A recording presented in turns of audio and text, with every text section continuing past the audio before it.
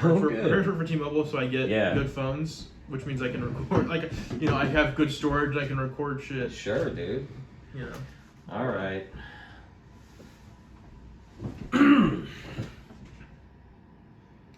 This guy's like the most mellow. Welcome to National Prayer Breakfast.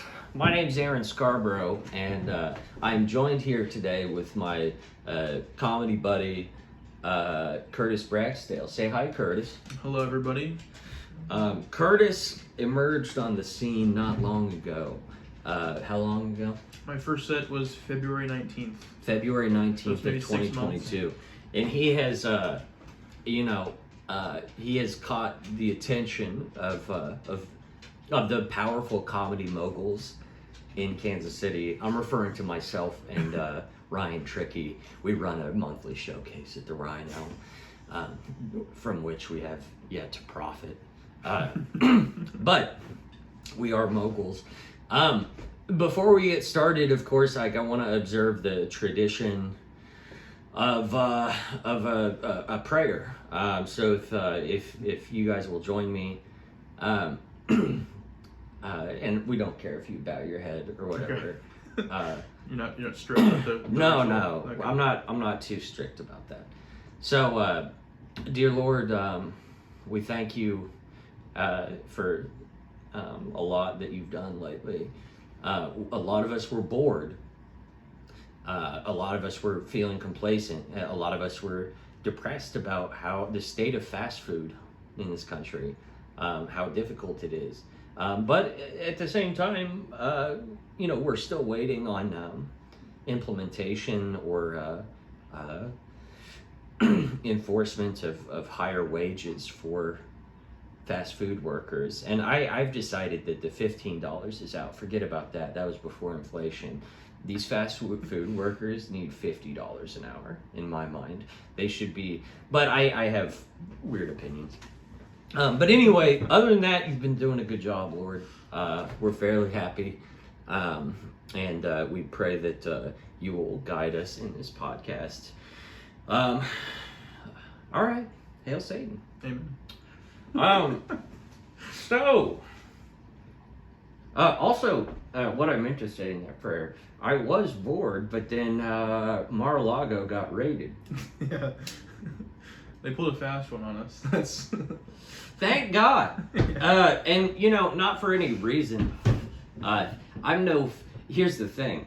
I'm no fan of Donald Trump, but nor am I a fan of the FBI. I'm not a big fan of them. Yeah, so you got an interesting cross section there. It's emotionally confusing. I don't know where I stand. Yeah. But I don't. Do you think that Trump will go to prison at some point? Maybe. I mean, I guess it depends on who's like moving the pieces, like the chess pieces. But the weird thing about the raid on Mar-a-Lago is I don't even know what Mar-a-Lago really is. Like I had this like built up like thing in my brain. It's like the movie The Labyrinth. Like I don't know. There's like trolls that live in there. Like, I'm not sure. You're not. That's because you have not spent as much time as the rest of us in the Trump lore. Okay. So for those of you who are not familiar with deep Trump fan lore, Trump resides in a mansion or a series of mansions and golf courses in Florida, I believe. Yeah, I think that's correct. Where, for the past however many years, you've been able to find various political figures, religious figures hanging out. The most powerful people in the world, essentially, Jeffrey Epstein. So it's obviously like an Epstein Island light version, essentially. Well, it is. Ed Epstein, I believe, was there a few times. So that, to me, when I heard it was raided, I was like, wait, maybe they'll finally tell us about some stuff. Because we don't know anything about shit. Yeah. And I don't like that. I want to know. I have questions. You want it to be declassified. You want to see the documents for yourself. I do. They locked up my boy Julian Assange. So where am I supposed to get the truth? Yeah, exactly. What did Trump say recently? He was like, He tried to like spin out of the question. He's like, it's a shame that we never really found out what happened on 9/11. Yeah. I was like, oh, is he trying to ally himself now with the Right. with the 9/11 truther? I don't think there's so. I don't think there's any doubt in any rational person's mind that Trump has committed crimes that warrant a little jail time at the least. Yeah. You know, and at the most, probably capital punishment. But my feeling is that I don't think that he'll ever see jail. Like, yeah, the elites in this country, as much as they hate Trump, some of them love Trump. But as much as they hate him, they don't want to set the precedent that a president can go to jail. Well, he's a slippery guy, just in general, and he has a base too that they probably don't want to like. I mean, you call him a slippery guy. I just call him a rich guy. Rich people don't go to jail. You know, that's how I see it. Yeah. They're able to hire these bumbling lawyers. Yeah, you notice this? Well, I'm saying, but rich people, not all rich people get to just be president when they want to be. Like that's another level of slime that can just work its way. Oh yeah, 100%. Yeah. So Curtis, you're 22. I am 22 years old. Yeah. Good deal. So you were born in the year 2000? Yes, April 2000. Yeah. What an interesting dox myself real quick, but time to be born. So you said, we were talking earlier about the generational gap between me and you. I'm 31. He's 22. So I've got 9 years on him. You got your first smartphone when you were in 6th grade. Yeah, so that would be maybe 2011, 2012. Okay. And my parents' rationale, my parents worked for a telecom company, so that was, they could get phones easily. And that was the year I started walking home as opposed to being driven. So my parents like, oh, he needs a phone to, in case anything happens, he needs to call us because he's going to be moving, or like, you know, commuting on his own, basically. Okay. And the phone I got, it was called like an Optimus. It was an Android phone, but it was a smartphone because that was... Nice. Yeah. That was what I was rocking. Good. Okay. Yeah, it's weird. It's weird to think about how different you and I had it in that sense, because when I was in elementary school, which I did if you don't know this about me, I did a little bit of public school in a small town, and I did a little bit of homeschooling. But I didn't, when we had computers, but they weren't, they were like what you see in the Matrix, like black screen, you know. I remember those. So weird. So pre-Windows, I guess. When did Windows even come out? You're a computer science guy. I don't know. It's a brilliant fellow here. No, I'm a terrible student. I almost flunked out multiple times. So I don't dude, I'm a terrible student, and we all know how much of a genius I really am. I know that Windows 98 is like, that is an operating system that does exist. So at least prior to 98, there was Windows 98. See, you're smart. You were like, that's the answer is in.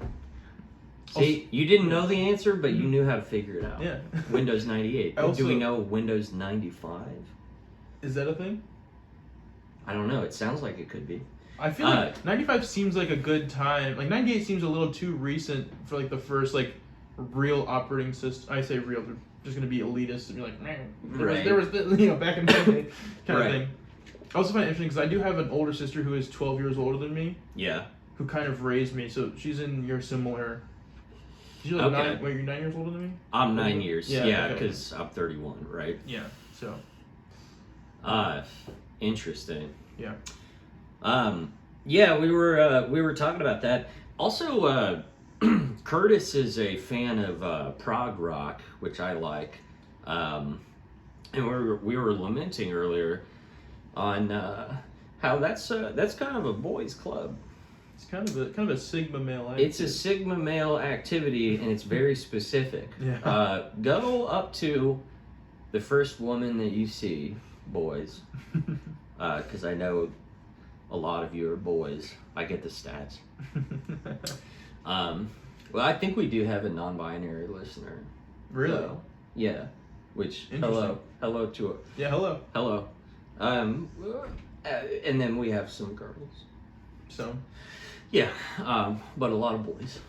I find comfort in that, actually. I don't have to really... Well, here's the thing. Maybe we're like prog rock in that sense. Prog rock is only enjoyed by a certain type of guy. Yeah. A certain guy with time on his hands. Like a certain type of guy who enjoys the company of himself. Yeah. Maybe considers Maybe some himself... others on Discord. Maybe considers himself a bit of a modern intellectual. Right. It's a big brain genre, I would say. Right. It's like telling a girl that you like Cum Town or something. Yeah. You know? It's like, if they know what that is, they're probably not going to like that. Yeah. I have, like, I don't know if you, being a comedian, like, you recommend comedy to other people. Right. You're like, I don't know, it's vaguely racist, but it's still funny. Right. I don't know, yeah. Well, here's the thing. So I date a girl named Olivia. Yes, and I'm she's the co-host of my podcast normally. She's not here right now. But Olivia, she's different, like, in a way, because she fucks with metal, hardcore, There you go. you know, shit like that. She likes Rush, I believe. She didn't have to be assimilated into... Sure. Yeah. But yeah, she's shown me bands. A fucking lot of them. But there's not very many girls like that, and she's not.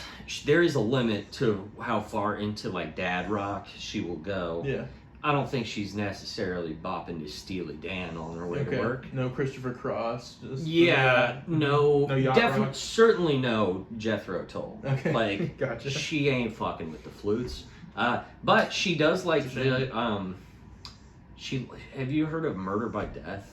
They're just like, No. so it's a weird phenomenon. Murder by Death is this band, and they make delightful tunes. Like, but it's like southern rock / country, folky, like, but like kind of dark, minor key shit. Okay, I was going to say, you wouldn't get that by the name. It's like Murder by... It sounds like it'd be a hardcore band or something. Yeah. But it's not.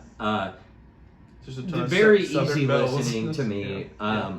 But there's a dark tone to it a lot of times. Gotcha. Other times it's very happy. But they also do like a lot of covers, and it's just like, I hate that type of thing normally, where it's just like, I don't know, so like fan servicey or whatever. Yeah. I realize that's coming from me, and I have little stickers that I give to my fans. Yeah.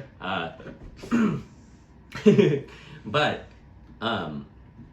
they're so good that it's just like, fuck it, I'm in. You know? Yeah. I like them. And that's coincidentally why Liv will not be joining us, is because she has a concert to attend tonight, which is normally when we do our recordings. So instead, we have Curtis Braxdale.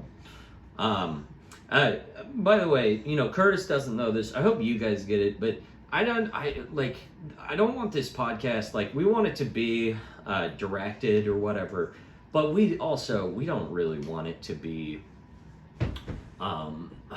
what's the word? We don't want it to be like an interview show. Gotcha. We're not here, when we invite our friends, we don't want it to be like a formal fucking, like, so, or whatever. I'll ask you a couple of questions like that, but like, I just don't like that kind of thing. Like, I'm never like excited, like, oh sweet, I get to hear what fucking Demi Lovato thinks about stuff. I'm glad that that's just more of a general theme for the podcast and not like, okay, normally we would do interviews, but Curtis is here, so we don't want to hear more about him at all. We're just going to talk about overarching themes. I've found a few cool things about you. We're gonna stick to those and not dig much deeper. You good? I just Coca-Cola go up my nose. Oh, fuck. That was disgusting. The cool thing about this is that it makes me seem really funny. Yeah, I know. Fuck. That was some magic we just caught on camera. Yeah, thunder in a bottle. People are gonna love you. You need to keep talking. I'm gonna take over this podcast while Aaron is trying to survive. All right. Can I? So I do know what I want to talk about. I love that. Like I just choked on Coke, and I'm like, the solution is more Coke. So. Oh my God. You're on prog rock, and it got to you dying, which murder by death. Thought of you were what is it called? Can I tell you why I lost it? Yeah. I just remembered why Demi Lovato popped into my head. So I was talking to a friend of mine last night. Actually, I don't even want to say this. I don't, because it's like stealing his joke. But he made the funniest fucking Demi Lovato joke I've ever heard. Yeah. It was Ryan Tricky. Oh, great, you know. And there's been some like pretty fucking good Demi Lovato jokes. But anyway, I'm sorry about that. Jesus fucking Christ. Demi Lovato's a character. That's weird because what was your? Because I grew up with Camp Rock Demi Lovato. So I know very little about Demi Lovato. Yeah. Like, and I want to know very little about yeah, I wish Demi I knew less about Demi Lovato than yeah. I do. Yeah. Oftentimes I'm like, man, I really resent the fact that to participate in society is to opt into Demi Lovato news. Anyway. Whatever. She's a great person. We love her. She's Demi Lovato, friend of the pod. Yes, friend of the pod. Shout out. We share a lot of the same fans. Yeah, I'm sure. Majority of the audience, yeah. Anyway, so I've been doing this art class on Sundays. And it's based on horror movies. Are you a horror movie guy at all? I'm a big movie guy. Horror is the one genre that I avoid like hell. What about sci-fi? I mean, yeah, I've seen Alien and shit. I'm not the biggest sci-fi person, which means I probably haven't delved into like the sci-fi horror crossover too much. Yeah. But I don't know, I was just always the guy, I don't find enjoyment in being like scared. Or like afraid. Yeah. And when I was like maybe 9, my dad thought it would be a fun exercise to show me The Exorcist as like a fun family movie. Sure. The original. Yeah. I don't know if there's been a remake, but the original. And yeah. That scarred me. And it wasn't like, it did scar me to the fact where I was like, I just don't want to watch any horror movie because that one scared me. But also I just don't find, like, I'll have friends, maybe this is like a stereotype, but mostly female, that like, love the idea of a horror movie. Let's go to the movie theater and get scared. Right. And that doesn't seem like an enjoyable thing to me, so I just kind of avoided those types of movies. But yeah, I'm more like psychological thriller, sort of like crime, a lot of that stuff. I like that shit too. Are you a Scorsese guy? Yes. I will say I like a lot of things. I like comedy. I like, oddly enough, so during college, like throughout high school and college, I really watched like a movie a day. Yeah.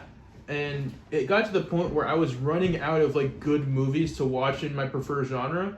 So it forced me to branch out, and I got really into romance movies, funnily enough.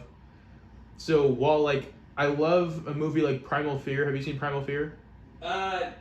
Wait, Primal Fear, what's the plot of that? Primal Fear, Edward Norton plays a altar boy that a priest is murdered. Oh, I haven't watched that. Oh, you need to watch it. That's like an amazing movie. Yeah. But like Usual Suspects. Oh, I love that. I'm really into like the 90s. Dude, Spacey was like a monster. Oh, but Spacey's my favorite actor. Also a monster of an actor. Yeah. It's a shame. Do you still fuck with? That was a very Norm Macdonald-y. Yeah. Yeah. Shame what he. Well, no, I love Kevin Spacey. I mean, like Usual Suspects, American Beauty, Glengarry Glen Ross. I mean, so many good things. I'm not into TV, so I wasn't. What's that political show that he was? House of Cards. I'm not a TV guy, but like I loved his acting. Even in minor roles, like there's like the, what is it, The Interrogator, the one where Samuel L. Jackson is a The Negotiator. That's what Oh it is. yeah. Samuel Jackson's a hostage negotiator, and Kevin Spacey's in that too. He's a great actor, even in minor roles. And then Seven. Yeah, Dude, Seven yeah. is one of my favorite movies, probably. Good. Seven is like David Fincher at his best. Mm-hmm. Like, I wish David Fincher would make more movies like that. Yeah. Like, because he did like Social Network, which is a fine movie, but it's just like not as fun as Seven. Seven's like a dark, gritty, fucking gross. Yeah, Like it is grimy. It's aesthetically beautiful. Like it's like Memento kind of. It's a little grungy for me. I mean, I like it, but it's got good surprises in it. Yeah. Like, Usual Suspect. That's my favorite. Oh, So, yeah. That's a great one. That's we're playing to me if it has some twist or turn. But also like what I'm saying, like I've explored other genres. So there's movies that I love. They're like Notting Hill, which is like the most tame romance flick. Yeah. I also like Scent of a Woman is one of my favorite movies. Al Pacino in that movie is just unbelievable. Last night I actually watched. Sorry to sidetrack this. No, you're fine. I watched. Have you seen Adaptation? Of course, yeah. Nicolas Cage. I watched that last night for the first time. Crazy. I mean, it's like it's a little. Spike Jonze. Yeah, if you're not, you have to pay attention. If you're not included, Charlie in it, Kaufman yeah, wrote it. Yeah, Charlie Kaufman. Yeah. That's a good ass fucking movie. I haven't seen Being John Malkovich. Like, I think that's what he's other. That movies one's good known too. It's super absurdist and Yeah. weird, but yeah. Adaptation was absurd enough, but also like digestible. I felt like. Yeah, and Nicolas it Cage had, is a like- great actor. Adaptation had major emotion, I thought. I don't know. I just felt for some of the characters. Some of them I was just like, no, you're pathetic, if I remember right. You're like, trying to be like the horticulturist in that movie. But he was so sad, like, you know? Yeah. What did he say? It wasn't her choice for me to love her, or whatever. Is that from that movie? I wish I could remember the quote because I literally watched. You it know what last I'm night, talking about? but Yeah. There's a lot of quotes from the book that he really latches onto. Sure. Also, I think there was one about her. Meryl Streep is like the author. It's like Suzanne something. I don't know. I forget. But she's envious of people who get really passionate about things. Yeah. And then she's like, the light bulb clicks in her head. And she's like, I'm passionate about finding what I need to be passionate about, like finding what passion means to me, and that's what she kind of goes after. But are you a Oliver Stone guy at all? can you remind me? I'm bad.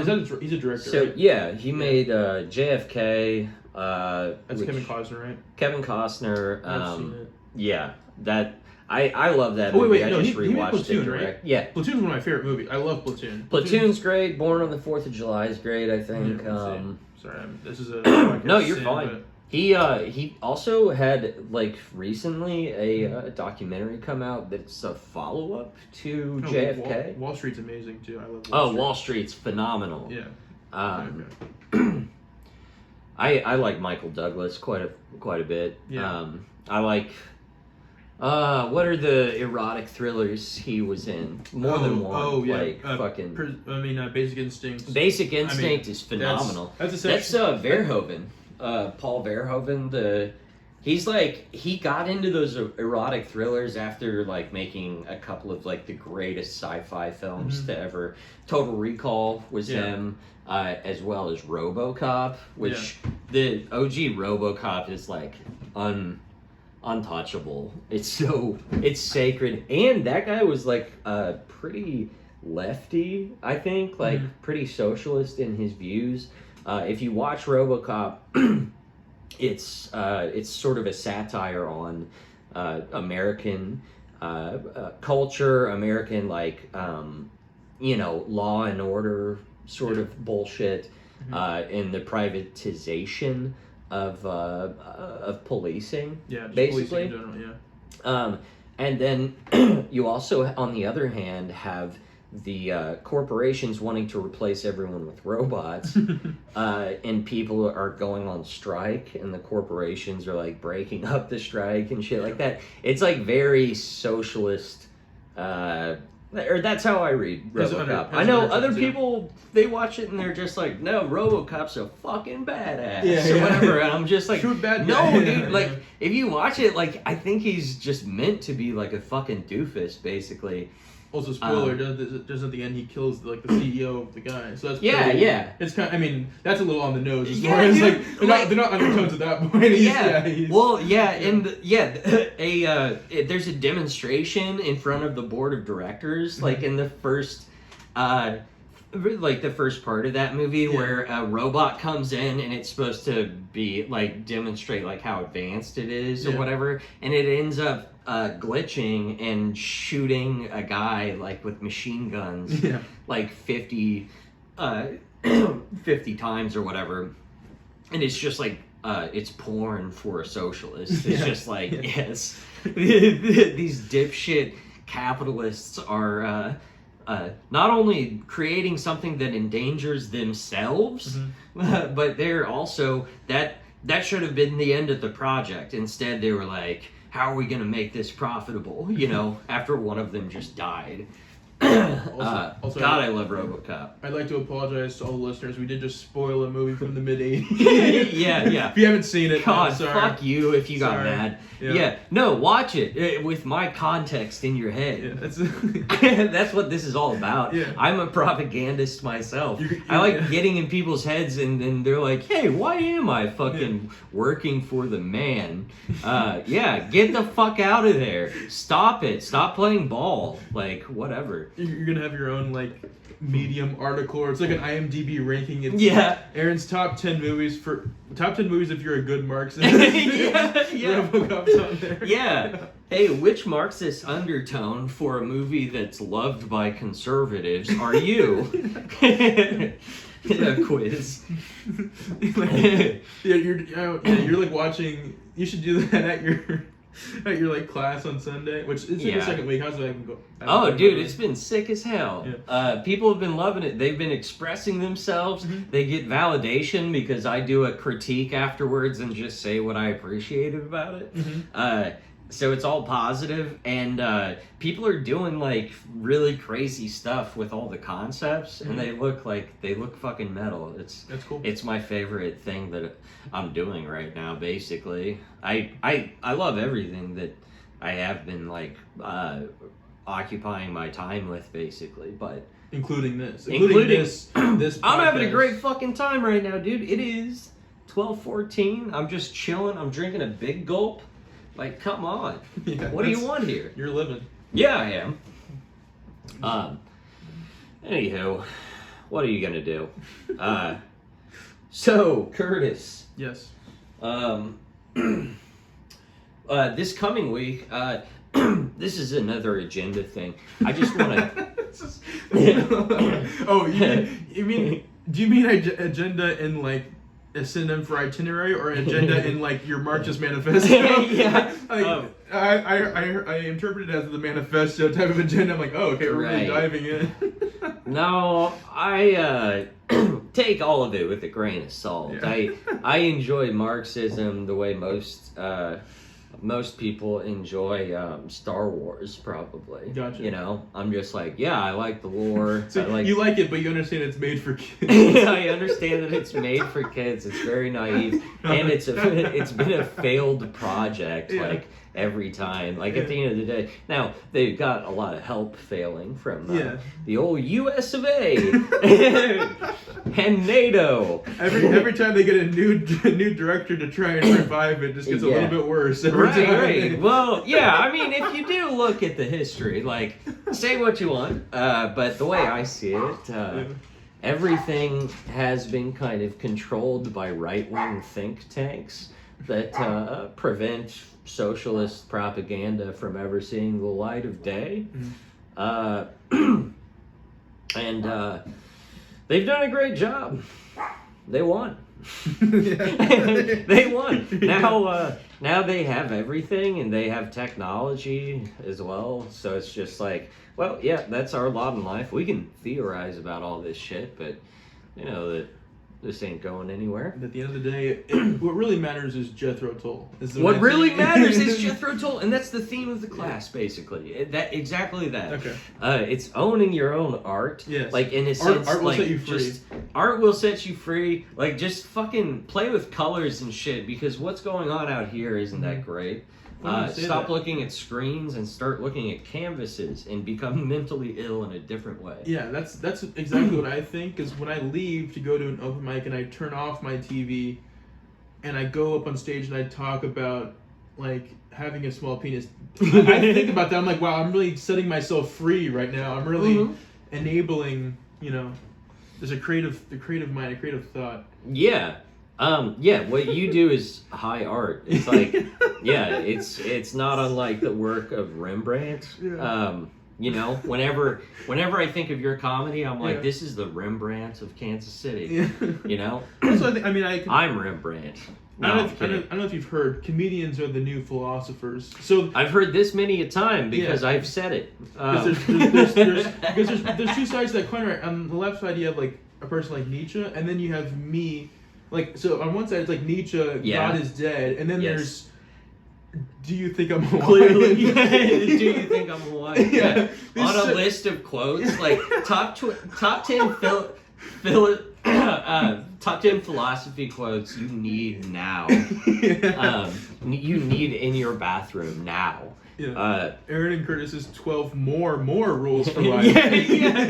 Dude, I have thought about like it would be so sick to just I know other people have satirized Jordan Peterson. Mm-hmm. I know there's like a conservative comedian that I follow on fucking Instagram, and his whole shtick is he loves Jordan Peterson because he's like a fucking like simp, which, by the way, I know some of my boys out there still fucks with JP. Don't, dude, look him up. Like, what? Like, he's a fucking idiot. Like, he's not an idiot psychologist, I don't think, necessarily. Or maybe. If you watch his, like, lectures on psychology, they're oddly tame. Like, they're probably great.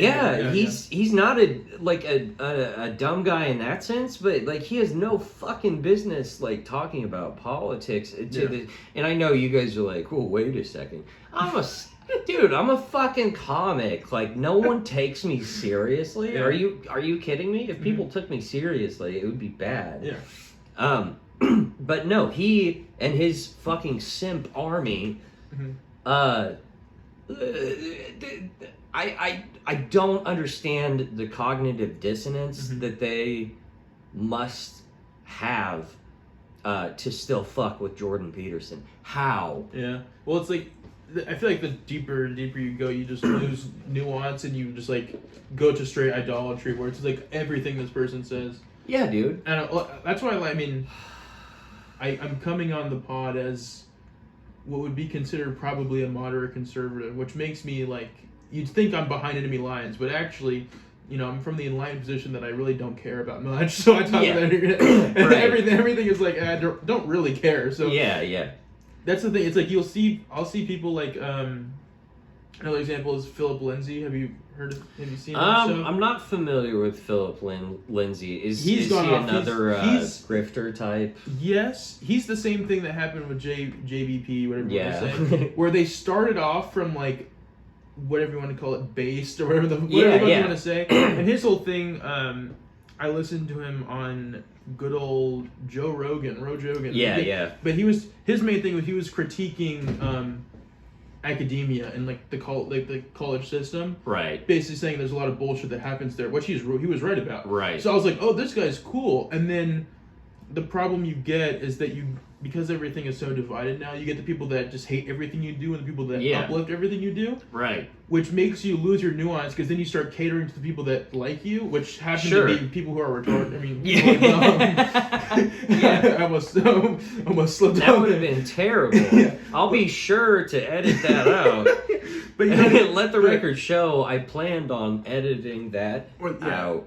But it's like, no, go ahead. But as they start off from like a point of nuance, and then as they keep talking more and more, it just goes further and further to one end of the spectrum, whatever it might be. And it's like, he used to make some good points, and now everything he says, he sounds like a right-wing lunatic. And I'm like, and I'm like, you make people like us look bad when you just go to the just far extreme. Right. Because like I'm trying. He works for Daily Wire now. Like he has a Jordan Peterson. Oh, sorry. Okay. No, sorry.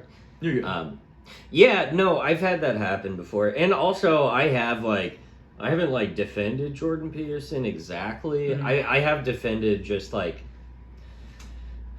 I've always seen him as like kind of a opportunist and just like a guy who is in a world that he doesn't really understand, but he knows how to monetize it. Yeah.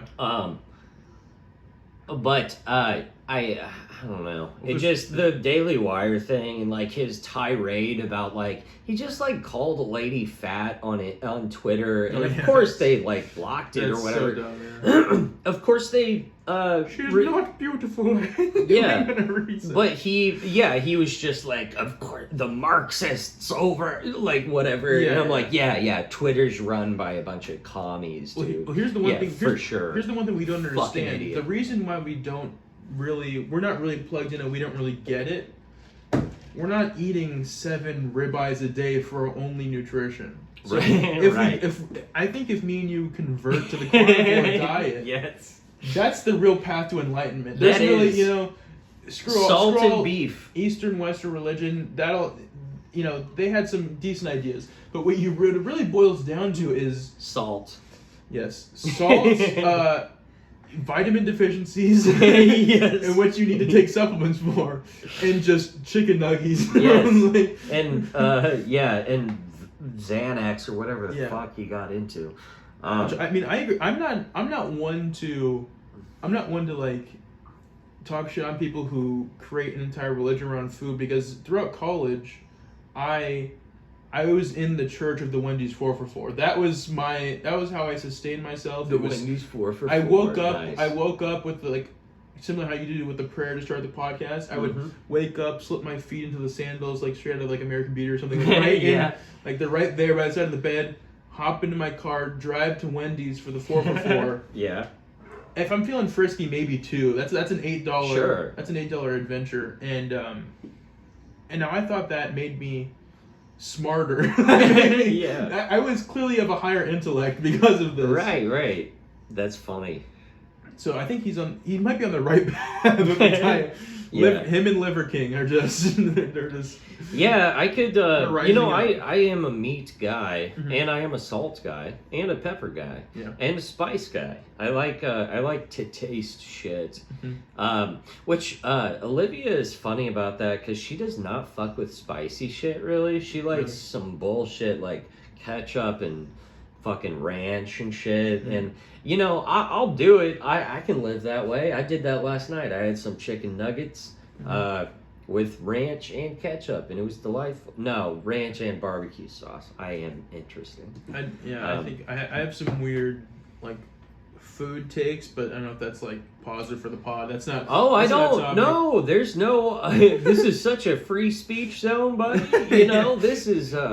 Go on. This is journalism, by the way. Also, this is can I to be taken serious. Okay, can I suggest a new title for the podcast, maybe? Because I was driving here and I was thinking maybe. No, you may not. Okay. I'm kidding. Because I got here and I'm thinking something that more aligns with the theme of the podcast was maybe like called Rising Up. Rising Up. Rising Up with Aaron and his comrade. Yes. We can't forget Olivia. I'm sorry. Aaron, right. Aaron and Olivia, and comrade Olivia, brothers of the mother country. Yes. Have you ever watched that Superman cartoon where he's a Soviet Superman? I'm aware of it. Red. Yeah. Something. Yeah. Superman Red Dawn or whatever. Exactly. Yeah. Where he lands and he lands like Soviet Russia instead of Kansas. Right.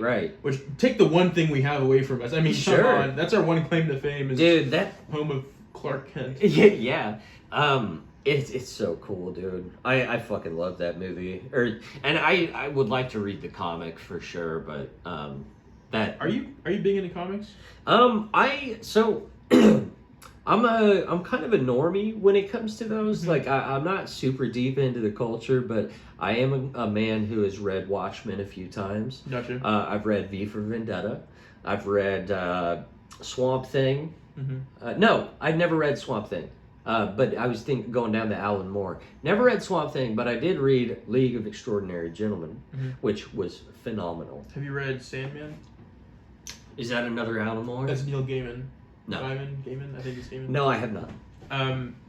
I'm similar. I don't actually read physical comics. I don't have that many, but I'll watch like the long ass YouTube videos of like comics explained, where it's just a narration of the books. That's a good idea. I've been obsessed with it, and it's like the stories are so good. I love the illustrations on the when they're good. They're fucking good, man. I will say though, it's kind of like the similar thing of like any like movie or like book movie adaptation. Yeah, they're like, oh, read the book and then watch the movie. You'll realize the movie is shit. When if you watch like, if you grew up as I did as like a fan of like superhero movies, and then you go and listen to like the comic book stories that inspired the movies, you're like, oh, the movies are trash. Like they just stuck to the actual plot points and the themes of the thing. So I think I heard you talking about Batman and Joker on either the last episode or one of the. I'm sure. Yeah, that has come up many a time.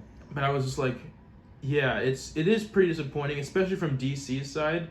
Yeah. When you get into some of like, especially Green Lantern has some great stuff. Jeff Johns, I'm just a fan of the writer Jeff Johns, and he writes like the big epics. Like every comic that he writes is basically like an Infinity War level saga, where it's like there's so many moving pieces and it all comes together in this like great crescendo. You know, it's like I like that where it's like, I mean, there's some people that like movies like Spider-Man where it's relatively small stakes and it's just like one concurrent storyline.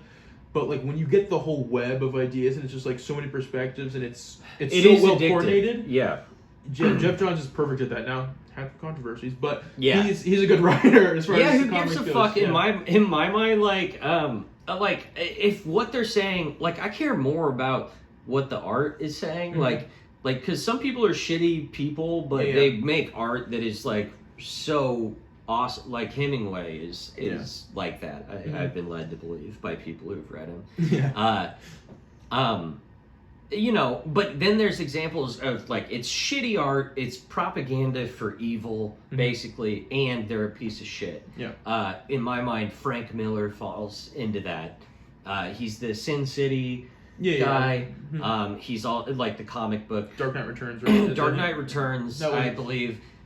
Which he has done like some pretty decent stories, like, and I think Sin City has something to it and stuff. But he has like this evil fucking like Christian, or maybe not even Christian, but definitely right wing, like probably neoconservative, like a little bit of fascism, definitely Islamophobic. Like he was. So this guy, and you know about Frank Miller, I assume. I know that he's like regarded as one of the best comic writers for Dark Knight Returns and Sin City and things like that. Yes. And he's also made he was a part of the movies for those productions too, I think. Influence. Did he do Hellboy also? He's a very creative guy. Yeah. He's probably done something with Hellboy. I don't know. But he's very influential, Very influential.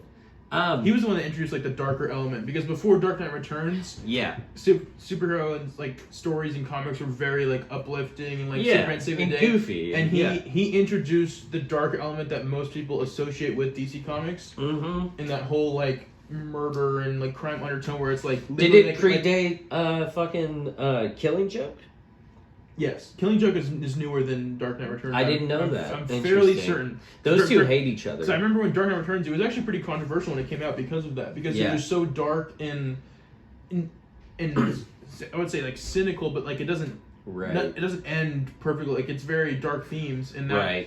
And the people who loved that stuff really loved it because it was a breath of fresh air. And the people who wanted they're like Clark Kent Superman who saved the day and was like, you know, benevolent, good. Like it created a rift, but like over time, the darker tones in it being more like an adult story. He's very creative. Yeah, dude. He was the one who set that in motion, as I understand. I'm not the biggest. You know what he did though? Like, I mean, first of all, I mean he also wrote 300, which is whatever you want to like. But he had patriotic, like bullshit, like nationalist opinions, you know, pro-war, like anti-Muslim, like he said horrible things, and he's that to me, him making that movie, which also had like they made it clear to be like these guys are heroic, but they're also like homophobic, and the bad guy is like a gay guy and stuff.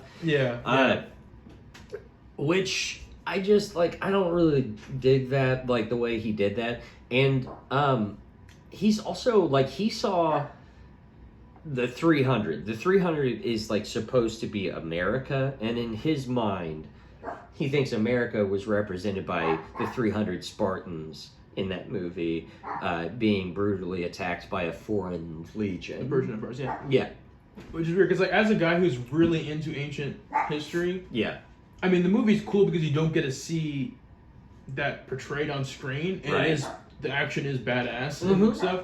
But also it's like I like the ounce of more realism and like I've learned a lot about the Greeks and like the Persian conflicts and stuff. And it's funny because I identify more with the Persian Empire of that time than like the Greece and stuff. Oftentimes, and also the Greeks weren't together. They were the separate nation states. They didn't really get along that well. Right. But and the Persians had this like literally one of the most powerful empires ever, just sprawling people, and it was pretty inclusive. Xerxes, was that during the time of Xerxes? Yeah, Darius, Xerxes, Okay. These guys, And I'm not some expert on this, but I've done a lot of reading on it. But it's like it is interesting the way he's depicted, and this thing he's literally like a god, like he's like 10 feet tall, Right? And it's like, well, the Spartans though, like they had some cool things I think about them. Like they were kind of like that was cool. That was dope. That's metal. But women cooking and cleaning. Yes, they had some good ideas. Well, here's the thing. No, yeah, they're the crazy. Spartans were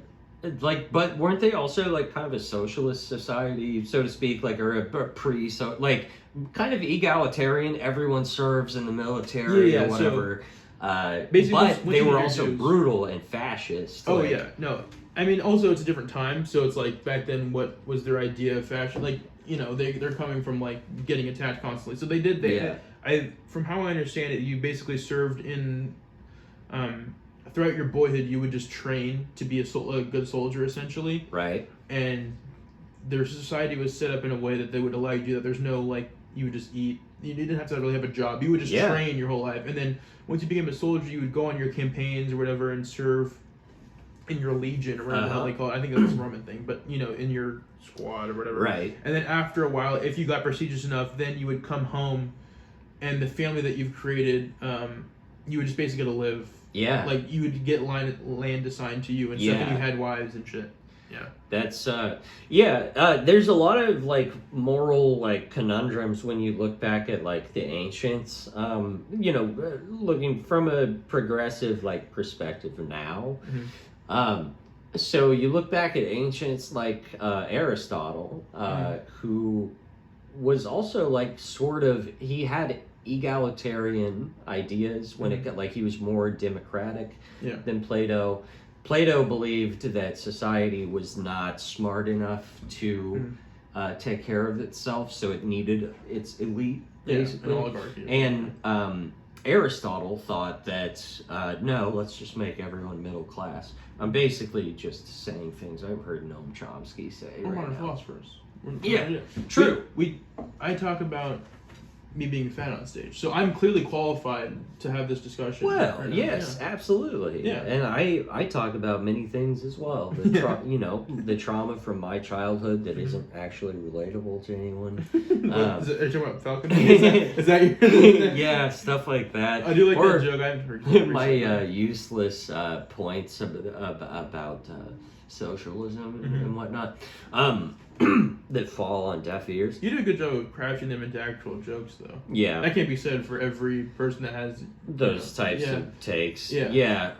Well, yeah, like, you gotta do both, I think, and I try to, but I fail sometimes. Sometimes I just say things and people's eyes glaze over, and they're like, please don't fucking talk about this. Yeah. You know? Like, when you talk about, like, the CIA, people, like, get freaked out, or whatever. I don't know what it is, but no one wants to think about, whatever, Gulf of Tonkin or Indonesia or anything like any of the horrible shit that we do on a constant basis. Also, the perspective of it as, like, as a comedy fan, as, like, a person who's tuned into, like, comedy podcast culture. Right. Conspiracies are, like, so aligned with that, where it's, like, if you're in that space, it just, like, it's natural to think about that stuff and talk about it and think it's funny. Right. And then you get to people that are just showing up to the club for the first time because they had a date night, and they're like, whoa. Yeah, Yeah. we We didn't order this. Yeah. Dude, yeah, that's the thing though, like, It's hard to be. I Hard to be feel that like we're at a self-aware. time where it's so painful to think about shit, Yeah. that, like, if you just talk about history, people think that you're a conspiracy theorist. Yeah. You know, if you're just like, you know, so did you know we killed 1 million people, or ordered the killing of 1 million people in Indonesia in the 60s?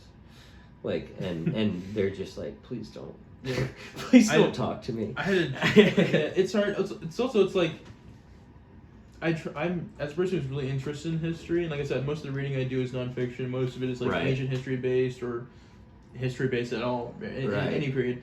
It's hard because it's like, you have that perspective, like the older people who come in that just don't want to hear about it because they feel like they're getting preached to, and then you have like the younger generation of people who don't care about history at all. Yeah. Like, could care less about the Cold War. Yeah, and I'm yeah. like trying to make jokes about it. I'm like, oh, I'm just playing to nobody. Yeah. I remember I had a joke. I love shit about the Cold War so much, and no one wants to I talk to me I about had it. one joke about the Crusades. Yeah.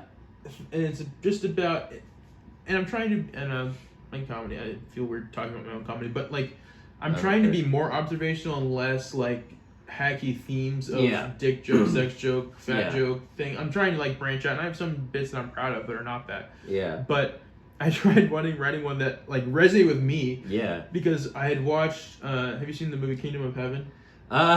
With Orlando Bloom? Yes. Yeah. A long time ago. Ridley Scott, right? Yes. Yeah. Okay. Regardless of what you think about the Crusades, kind of a badass movie. I mean, it's like him defending against Ridley the Persians. Scott's no hack. Yeah, Like, no. I mean, he's fucking good. Well, and I did a lot of reading on the Crusades, and basically the premise of the joke is like, back then, or also it's like, religion is getting less and less popular, or it's like having less and less followers, at least in my generation of people that I'm observing. Maybe this is not statistically true, but from what I can observe, most people that my age would identify as probably agnostic or atheistic. Yeah. Whereas my parents' generation, it was the opposite, right? Sure. All Christians. Yeah. So, and I was relating it to the idea of the Crusades, where back then, all these people identified as Christian, and the Pope was basically like, yo, we're going to take back the Holy Land. Yeah. Everybody grab a sword. We're going to go fight the Yeah. Muslims, Islamic Jews, whatever the hell it was Right. at the time. Whoever was controlling Jerusalem at the time. And now, and they did it. The Pope said it, so they picked up and they listened basically instantly without much chagrin, right?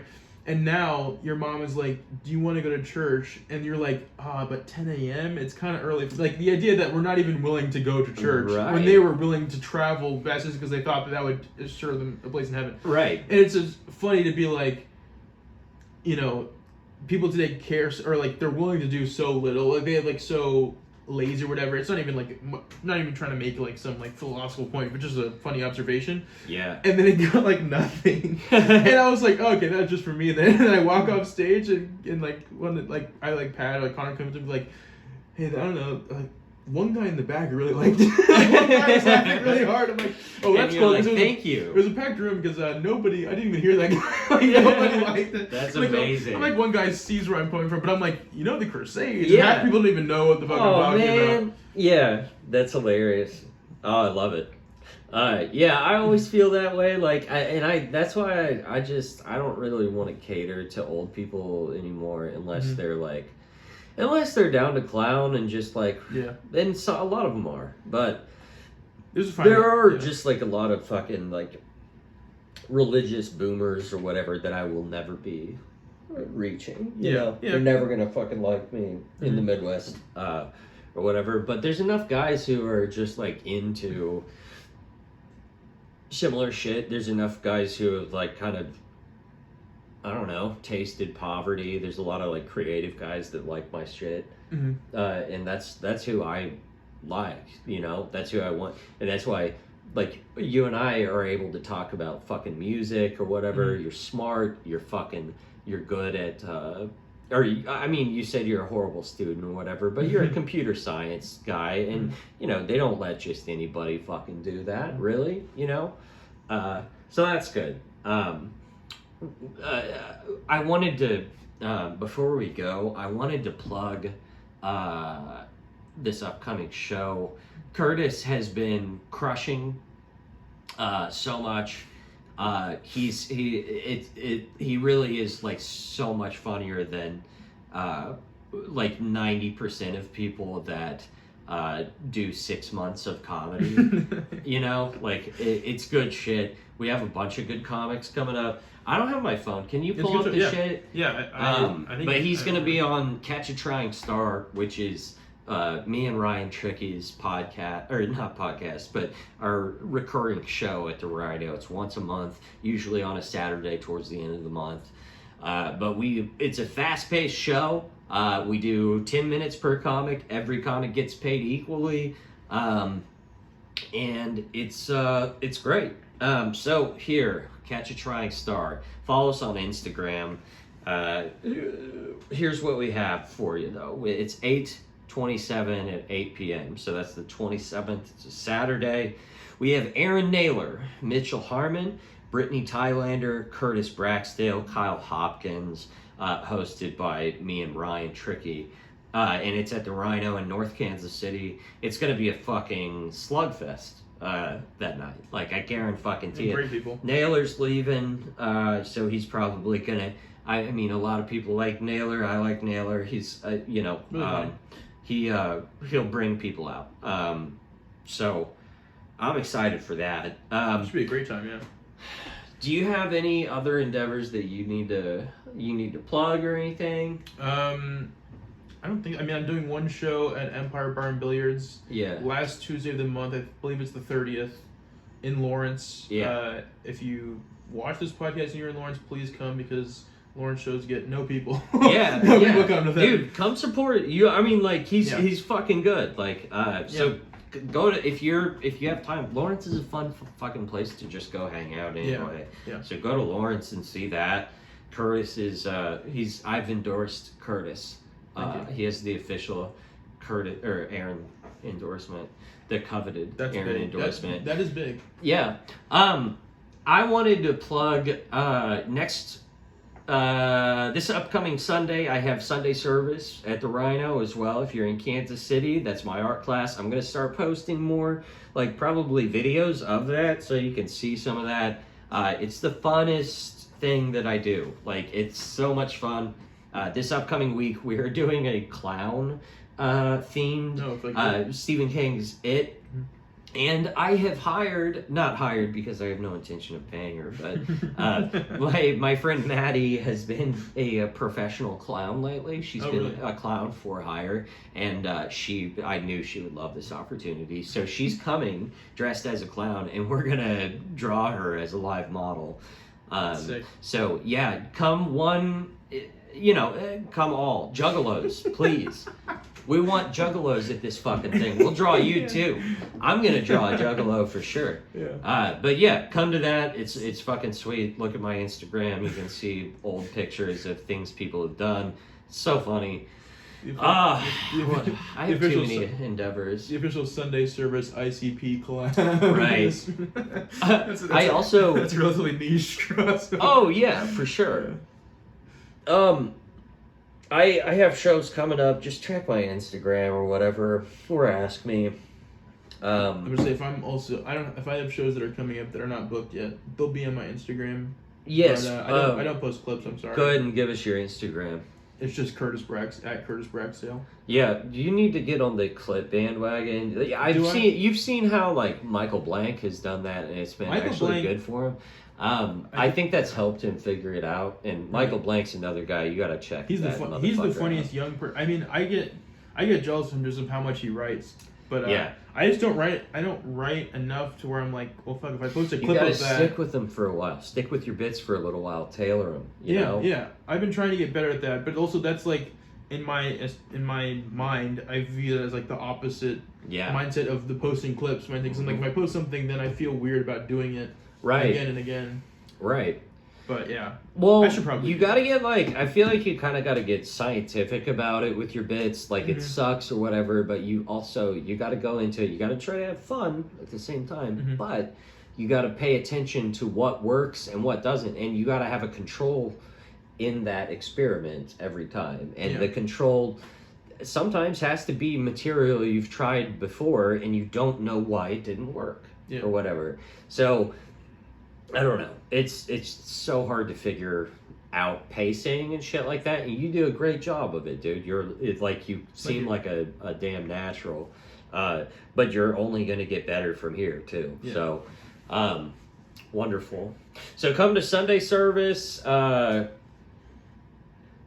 Keep listening to this show, supporting us. We love you.